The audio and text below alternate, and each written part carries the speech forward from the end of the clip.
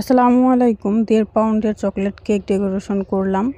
আর decoration করতে গেলেই হচ্ছে কারেন্ট প্রচুর পরিমাণে বিরক্ত করে।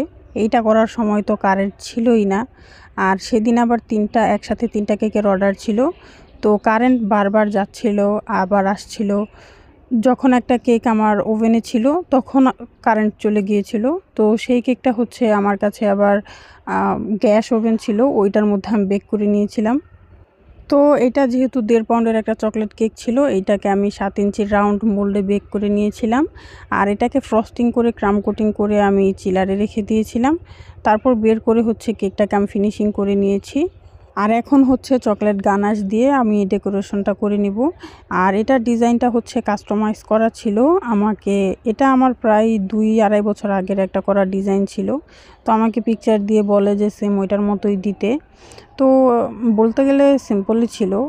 এখানে আমি 1 mm নজেল দিয়ে হচ্ছে করে নিয়েছিলাম।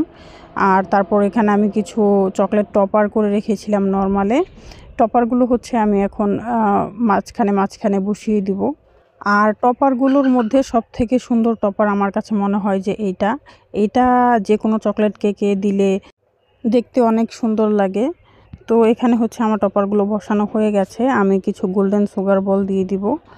আর এইখানে কেকের উপর হচ্ছে মাঝখানটায় আমি চকলেট চিপস দিয়ে দিব। আর আমাকে যেটা লিখতে বলেছিল আমি গানাশ দিয়ে লিখে নিব।